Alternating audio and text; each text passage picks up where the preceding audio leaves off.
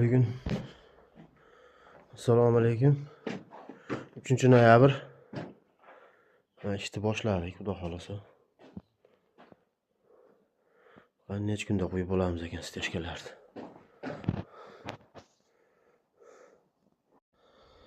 Вот, planirovka готовый. Planirovkamiz bitti, xudo xolasa. Bugungi ish mana.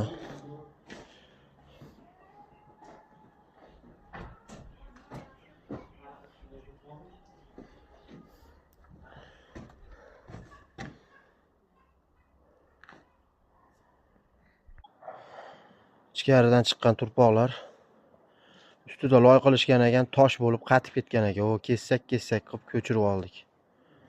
1 zil turpoq chiqdi. Mana do'stlar, bugun 2-kun, xudo xolasa. Cho'rni stejkani qo'yib qo'ydik. To'pli polga tayyor qilib. Mana shunday qo'yib kelib, mana yerda katyolni bo'lish kerak edi, kanalizatsiya o'tkazishimiz kerak edi.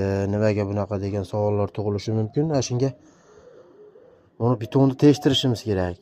Mana shunga joy tashlab ketdik. Kanalizatsiyaga beton teshib, bugun svetimiz bo'lmadi. Ertaga xudo xolasa teshib, yuzlik turbalar o'tadigan qilib kanalizatsiyaga joy hozirlashimiz kerak. Assalomu alaykum. Mana bugun ish boshlaganimizga 3-kun bo'ldi, xudo xolasa. Biz tomonlarda ham sovib ketdi havo ancha. Ikkinchi etajga ko'tarildik mana. Ikkinchi etajning holati hamma yoq bardak, hamma yoq mashetda ekan. Hamma musor.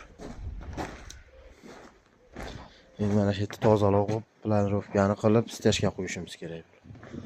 Hamma narsa bor. Mana shunaqa holatlar. Chataq.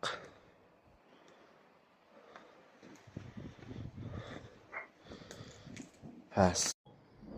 Assalomu alaykum. Bugun 5-kun ishlashimiz. Shunday mana kanalizatsiyalarga turba ko'ryapmiz, xudo xolasa.